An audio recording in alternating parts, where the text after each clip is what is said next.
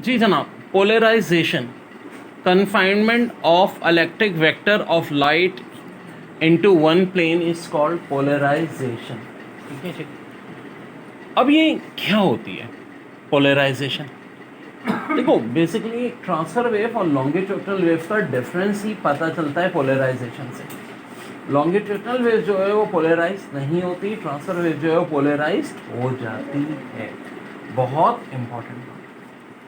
अब longitudinal wave की एक example sound wave. Sound wave को कैसे डिस्टिंग्विश करेंगे कि भाई वो ट्रांसफर है, लॉन्गिट्यूडनल है?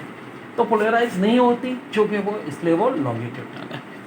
और क्या क्या बातें हम कहते हैं? एब्जॉर्ब और मैग्नेटिक फैक्टर्स, ये मैग्नेटिक फैक्टर को एब्जॉर्ब कर लेती है पोलराइजेशन। अब हम क्या कहते हैं कि polarisation is possible only in electromagnetic waves because their electric and magnetic vector perpendicular to each other as well as direction of propagation. Thus polarization has established that light is, अब ये इन्होंने जो चीज़ करनी है वो क्या है? Is transfer wave. Light transfer wave क्यों है? क्योंकि जनाब पोलराइज्ड हो रही है। अब इसके लिए यूज़ क्या होता है ये बताती है MCQs. Analyser is use to test plane polarisation, आ जाएगा डैश इज यूज्ड। उसके बाद है plane determined by direction of propagation and polarise electric vector of light is called plane of polarisation. और याद रखो, tourmaline crystal is the best example.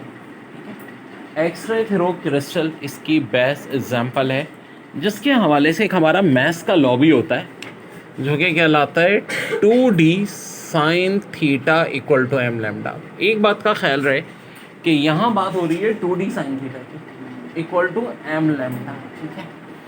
एक हमने पढ़ा था डायफ्रैक्शन ग्रेटिंग वाला, वो d sin theta equal to m lambda था, वो बिल्कुल अलग है। अब हमें कैसे पता चलेगा जनाब? बहुत आसान है। एक्सरे का और क्रिस्टल का जब लूज जुड़ा होगा तो ये फार्मूला यूज़ होगा। इस फार्मूले को कहते क्या है? इस फार्मूले को कहते हैं ब्रैग्स लॉ, ठीक है जी।